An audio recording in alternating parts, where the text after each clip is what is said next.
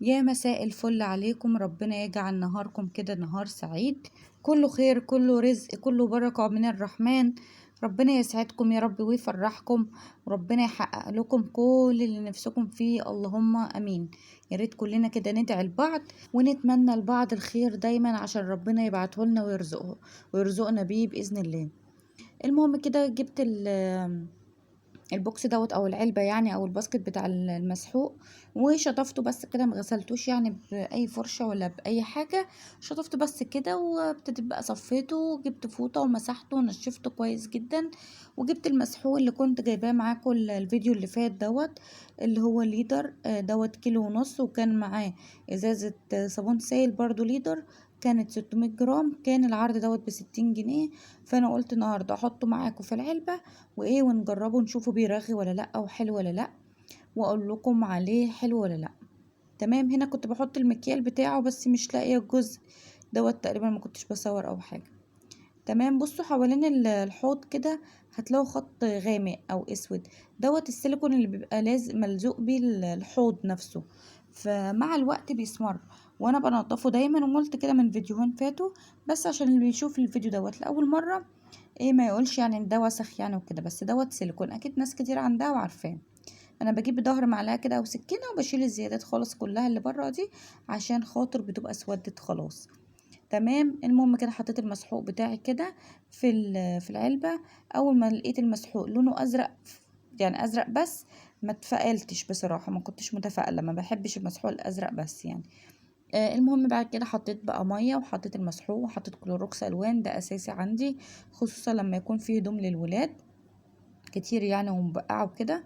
وابتديت بقى حطيت الاريال وخليت الغساله تلف شويه لغايه ما المسحوق بقى ايه داب كده، ولقيته بصراحه بيرغي يعني، انا عجبني.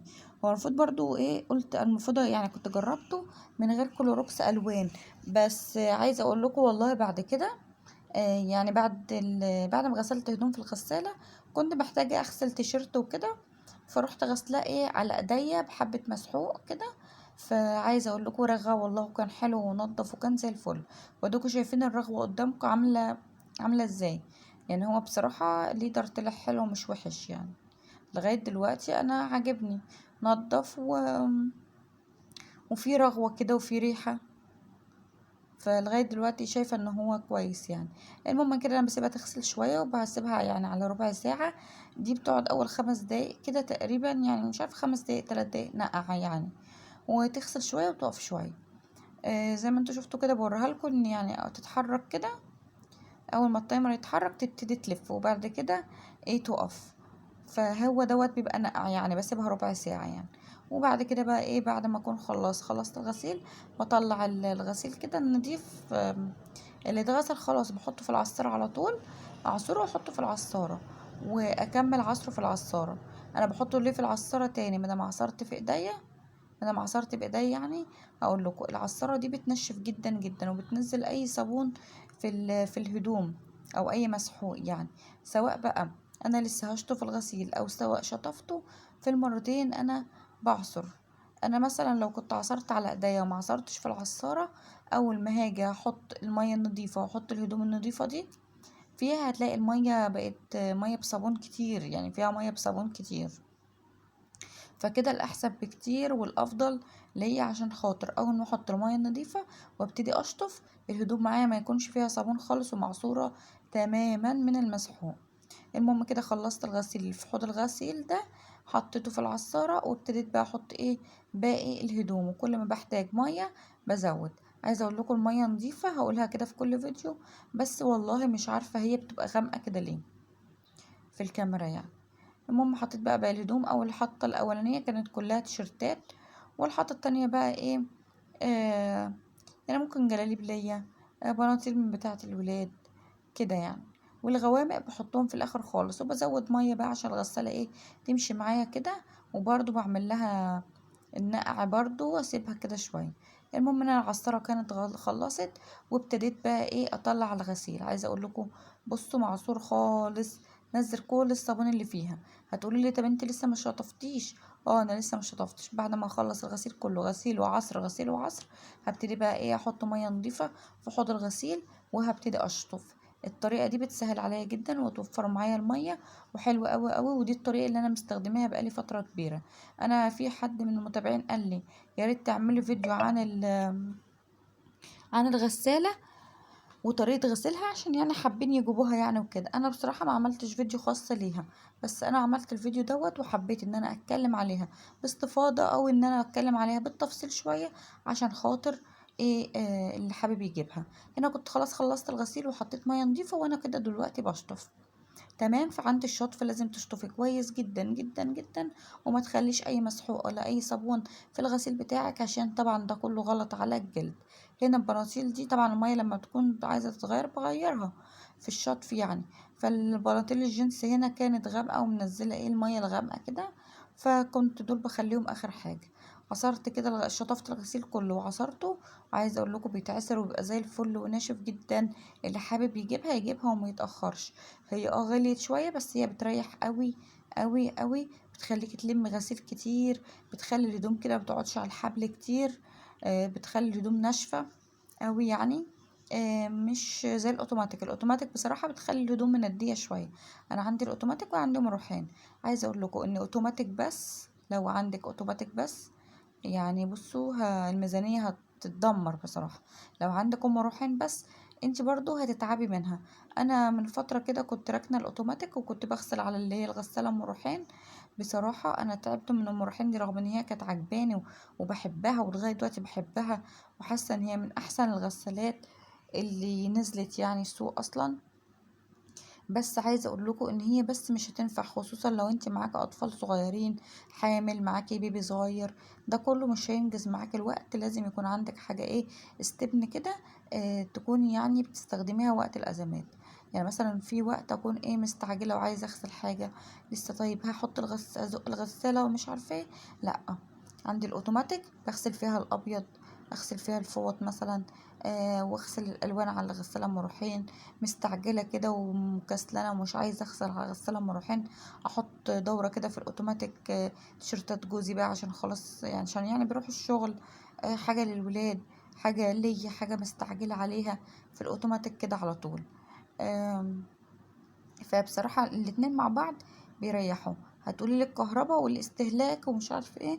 بصي يا حبيبتي، انت مش هتستخدمي الاتنين مرة واحدة. يعني انت لو هتستخدمي، انت كده كده راح تحطي مثلا غسالة مروحين، هتسيبيها وما تشغليهاش وهتروحي تشغلي الاوتوماتيك، فهي الكهرباء لو تصرفيها هنا هي هنا. بالنسبة للمسحوق، انا بجيب كيلو من الاوتوماتيك بخليه عندي للازمات، الوقت اللي هو الضروري قوي. لكن التانية المسحوق بتاعها موجود عندي على طول. المهم خلصت الغسيل ونشرته، ودخلت بقى قلت ايه، اعمل الاكله اللي انا بحبها. بس الاول عملت الغدا للولاد وغديتهم، بس ما صورتش. دخلت بقى قلت اعمل الغدا بتاعي، الحاجه اللي انا بحبها. الناس اللي بتقرف تخرج من الفيديو دوت، والناس اللي بتحبش الفسيخ خلاص تخرج، لان الفيديو ده اكيد مش هيعجبها لغايه كده. انا كنت جايبه كده فسيخايه بقى، انا بخلله بصراحه في البيت، بس بصراحه البوري غالي، السمك البوري غالي جدا، فبقيت اشتريها كده اهو.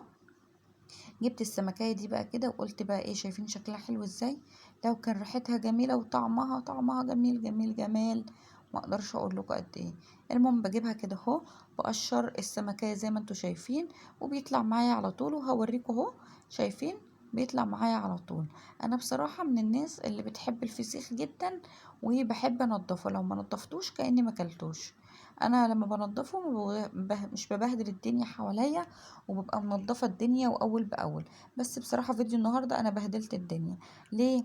انا عندي دلوقتي مش عارفة اعمل على الطبق دوت، او ان انا اقشرها، والقطاعة بتاعتي اتكسرت بصراحة. فقلت خلاص اعمل كده بقى على الرخامة، فبهدلت الدنيا. شايفين بطنها نضيفة ازاي؟ ما فيهاش اي حاجة، وانا كمان بنضفها. الراجل جايبها لي بطنها مفتوحة كده ومتنضفة وزي الفل، زي ما انتوا شايفين كده. طبعا ببص فيها مفيش اي حاجه، واديكوا شايفينها حمرا وحلوه ازاي. ده احمر من كده بس عشان خاطر الكشاف مش مبين اللون لونها يعني. دي كانت كبيره عليا لان انا بس كنت هاكل. فانا بصوا انا بقطعها وبقليها في الزيت، بخلي الزيت يسخن قوي، بعد كده بحط الفسيخايه دي او الملوحايه. تمام. واقلبها على الجنب اليمين والشمال على طول، يعني بسرعة، مش بتاخد وقت على النار، عشان خاطر انا بحب اخليها ايه، آه تشم البوتاجاز يعني كده او النار يعني، اللي هو عشان اي ميكروب فيها ولا اي حاجه. المهم لميت كده اي حاجه من ورايا، وابتديت بقى كده بالسبونج دي مخصصاها برضو للحوض بتاع المطبخ. ابتديت بقى كده اغسل واشطف وما اخليش اي حاجه ورايا، عشان ما يلمش نمل ولا دبان ولا اي حاجه، ولا المطبخ يبقى ريحته وحشه. والزباله بتاعتها او الحاجه بتاعتها يعني عزكم الله، حطيتها في كيس وحطيتها في باسكت الزباله على طول.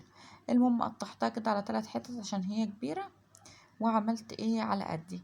انا من محبين الفسيخ جدا جدا جدا، بموت فيه وبعشقه بصراحة.